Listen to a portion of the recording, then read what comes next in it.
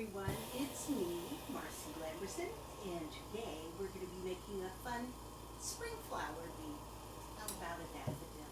Hang on just a sec, I'm going to reverse the phone, put it in its holder, we can get started. Okay, so first of all, maybe I ought to show you what we're doing. I have this periwinkle, some grass green, and I don't know what the yellow is. I think it says 404 on it, but any yellow will do. And I have some encased white stringer. And when I say encased white, that means it was clear going around the white originally, and then pulled into a small pane. And this is the bead. Isn't that fun? Just a couple of leaves and a daffodil for the springtime. And I flipped it over and put a little heart on the back too. So that's essentially what we're going to be making. Let me bring it up here. Okay, so now I get to flip this into its holder. I think we've got it there. Put on my headset. Hopefully you can hear me well enough. And it looks like we are ready to get started. Here's the bead one more time. It's a fun one, isn't it? And very easy. Okay, so you're going to notice that my torch isn't clean. I might as well just spit it out and say it right now. I can't find my little doohickey to clean it with. So I need to go and find something either in the garage or at Home Depot or something like that to clean it out. Hopefully one of my future ones will be nice and clean so you can see what it's really supposed to look like. I've had this torch for over 20 years and this is the first time I've ever made the mistake and I think I stuck a little glass in it accidentally. Okay, so let's make a base bead. And really, you can do any kind of base bead that you want. Right now here I have a 3/32 mandrel and it's got dip and go blue sludge on it. And I love that bead release because it just holds like iron. But with this being a more traditional bead shape instead of my usual sculpture, if you use a different type of bead release, like a fusion or something like that, whatever you normally use, it would work just fine. Now, the bead that I showed you originally, it's kind of different, is that I used Davardi on that base. And I know people discuss Davardi, pros and cons, and my personal opinion is I like a lot of the Davardi. What I do is I heat it up in my kiln, which is right next to me, and then when I'm ready to use it, I pull it out. That way, there's less chance of the rod being kind of shocky. So that helps me a whole lot with it. So I'm just laying down a base. Doesn't need to be perfect because I'm going to marver it anyhow. Just getting some glass on here. It's easy to even things up and make it into the shape that I like afterwards. I know some people are very meticulous and put it on perfectly to begin with, but I'm just not that person most of the time unless I really need to. If there's a reason for me to do that, then I do. Otherwise, I kind of get on. What I like to do is get the length of my bead onto the mandrel first. And maybe that comes back from sculpture days. I'm not sure. Well, sculpture is my everyday normally, as you guys probably know. So I do that because if I'm tugging on my bead when it's sculptural, I don't want it to tug the bead release no matter how strong it is. So I get my footprint down first and then I work from there. Okay, so what I'm going to do is make kind of a teardrop shape-ish, somewhere like that. Or it could be construed as an Easter egg once I flatten it. So it's fatter on one end and thinner in the other. I like it fatter on the bottom, thinner at the top, so it looks kind of eggy because it could be a spring or an Easter bead or whatever. However however you like to look at it, or just a cute little flower bead. I'm rather partial to daffodils also. We've always had them. And they're a good sign of spring, and I love spring. Probably my favorite season. I like seeing all the flowers coming up after nature's been dormant over the winter time. It just kind of is refreshing and feels like hope and happiness to me. And I like all the birds and the baby animals, and I guess I'm just kind of a sucker for that kind of stuff. So I'm adding some more just on one side because I had too much on the other side. And in a minute I'm going to marver it, but I'm just adding glass right now. We can fix it to whatever we want. Marvering is wonderful. You can move your glass up and down your mandrel, turn it into something that you really like. So I'm going to use my Cote marber. Have you ever seen these marbers before? This is what I use all the time. It looks kind of like a trowel, but it's got this nice large flat side, which is great for marvering in my opinion. It just gives it a lot of surface to marver it on, and with it being metal, it kind of holds on to the glass a little bit. It has good adherence, which I appreciate, and I like it for sculpture also. You know, I seldom make beads that are a specific shape like this. It's almost always sculpture. So it's kind of fun when I get a chance to do a video or two with this shape. So what I did was I had it thicker at one end, thinner at the other. I angled my marver, my Cote marver, on an angle like this, so it stayed fatter at one end, and I pushed against this end to make it a little bit thinner. And we end up with essentially, it could be an Easter egg, whatever you want to call it. So when you're flattening this, don't forget. So you've got this angle here where it's wide at the bottom and thinner at the end. When you flatten it, there's more glass here, so this will get even wider than this because there's less glass to widen. So let me warm it up. I'm going to get it to a nice rosy glow, but not so hot that all of the glass is mushy. I just want to flatten the top couple of layers of it. And I'm heating it up. Can you see how that glow is kind of taking over? I'm watching to see that all the glass is that warmth. If it doesn't turn out that way and you flatten it just a little and it's not flat enough for you, press it enough, it's no problem just heating it back up again and doing it again till you get it where you want it. It's better that than too hot and mushing it like a pancake, and then it's too thin and you have to add more glass to it or re-round it up again. So this looks good to me. I'm going to take it out of the flame and I'm going to gently press. And don't forget, you don't want to ever press too thin. You need to keep some thickness, about the width of your mandrel on each side.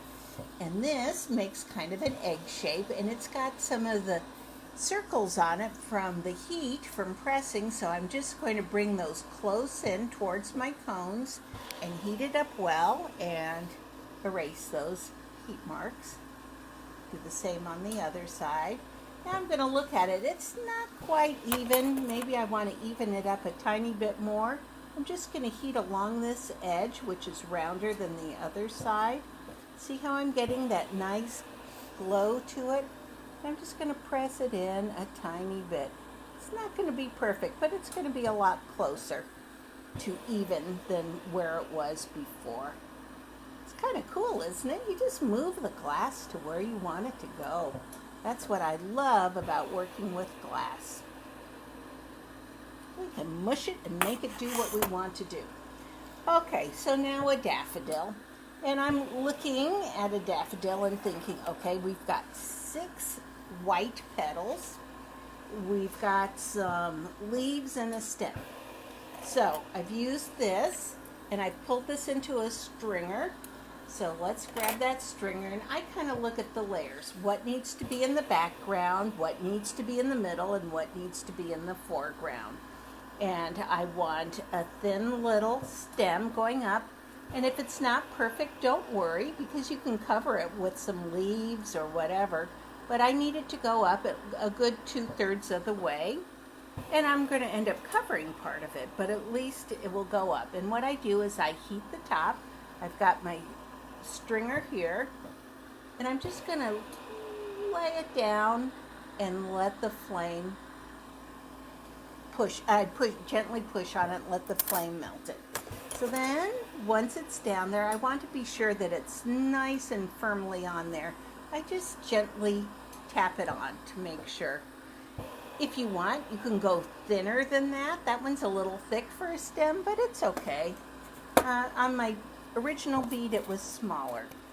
Okay, and I'm going to want the white petals over the leaves. I can always add a little more leaves if I need it, but let's get the background in. And I want that to come up a little bit higher than that, and it's going to be in the background. So I'm going to heat the glass where the leaf is going to go. And this is balled up a little bit, so I want to take care of that being gone. There we go. If it balls up when you put it on, you can always pull it out anyhow. And I'm going to touch down and just bring it down. Pretty easy, huh? If it doesn't end up in the center, it's okay. You can add little grass bits. Let's do it on the other side too. If it goes off of the edge, that's fine. If there's too much down there at the bottom, once it cools off, you can just pull it off, a little bit of the extra. If you want this more pointed, you can heat up the end of your stringer and pull it like this is, so it's thin. And you can heat up the very end and just take it and pull it like I just did. Can you see that? I hope so. At the end you'll be able to see it too, and I'll do it on the other side. Heat up and pull it so it's a little thinner on the end. And then when it's thinner, I also make sure that it's tapped down a bit too. I want to be sure that everything is where it needs to be. Okay, so we've got the background down. Next we need to put down 6 petals, if we can get 6 petals on. Now, these are little beads. If you have a hard time making 6 petals, which are going to be dots going around it and covering some of the green, if that's too hard, do a few less. Who's going to know? As long as you have the yellow in the middle, people will go, oh, that's a daffodil, because you've got that yellow raised center. So do your best. And what I'm doing is I've got my encased white. I'm going to start with 6 little dots. And you have a choice. You can start at 12 o'clock and do it that way, or you can do it on an angle, whichever works best for you. Let's start the easiest way, and we'll do 12 and 6. We're going to do little dots, and I'm going to leave it a little bit raised. Okay, so that's 2, and then we're going to need 2 there and 2 there. So, while we're thinking about it, we're going to heat the back to make sure it's nice and warm in the bottom. We're going to heat some more white, and we're going to do 1 up here, a dot up here, heat the back, because why not? We want this bead to last. Another dot down here, and another dot here. Phew, we got all 6 in there, but they're dots, they aren't petals yet. So what I'm doing is I'm heating the end of my stringer, letting it cool a touch, and then I'm going to touch down and pull it out so it's thinner, and this is going to be my pulling area. So I do this a couple of ways. What I do is I go from underneath and pat down each dot just a tiny bit. And while I'm patting it down, I'm slightly moving it towards the center. Heat up from below, let it get rosy, and push it down towards the center, just a tiny bit. We're going to be reheating these and pulling them all the way down, but this just kind of gets them started. Okay? Heat the back, because boy, we don't want anything to happen to this bead. It can't lose its heat. And don't forget, one of the ways to make sure that it's nice and heated You see, as soon as you put it in, you get a rosy glow. That means that it's nice and warm there.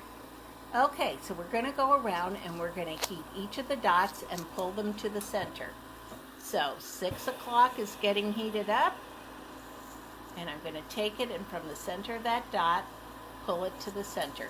It's still going to be slightly raised, and I'm just going to go around in a circle and bring some of that glass to the center. I'm leaving a little extra in case I want to make these petals a little more pointed.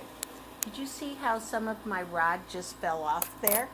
What I did was I took it immediately out of the flame so I wouldn't melt it in, and I'm taking my trusty old pliers and pulling it off because it's cold.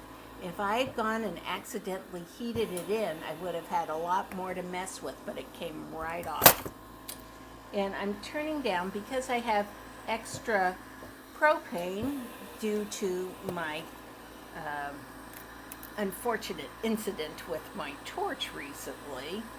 I'm adding more oxygen so that the flame's burning just a little bit cleaner because I see a little schmutz on the end. And sometimes using extra oxygen will take care of that. If not, I'll go back over it and add more white onto it. Okay, so we're going to go to 12 o'clock and pull that down. And the next one, heating up just one dot at a time. And the final one. Okay, so now I've got extra glass in the middle. I have options. I can leave it there or pull it off. Because the center is going to be covered with the yellow, it doesn't matter to me. There's not a ton of it. I'll just go ahead and leave it there. But I am going to make each of the petals stand out a little bit more. If they're too skinny, now's your chance to add a little bit more. This one's a little thin, so I just added a little. And you take whatever you're using to tap stuff down with, and you can spread it out a tiny bit more. Because my white is encased, it makes it a little more translucent than if I had used just plain white. But I like the encased look because I like the translucency in petals. It's just not quite as opaque. I'm going to go around and I'm going to pull them out a little bit longer and make them a little more oval. But first I'm going to heat up the back of the bead, make sure it's nice and warm. Okay, let's go back. We're going to go to each of the dots and just pull it out just a tiny bit. Makes it look a little bit more daffodil-y. And then we get to add the yellow. That's fun. Okay, so it looks kind of funny, but the yellow daffodil center is going to take up the center part of it. And you could do it different ways. Usually, I just use some encased yellow stringer, but I'll show you this without encasing it. First, I'm going to make a dot in the center. It's going to be a big dot of yellow. And yellow's such a weird color. You know, it seems like it. It just never looks exactly yellow for us. It kind of bubbles, it does weird things. Kind of bums me out sometimes.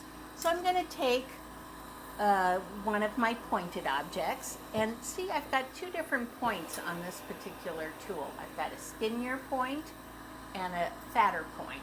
It's fatter this way. It's still a point, but it's shorter and it's wider this way. This one, the point is longer.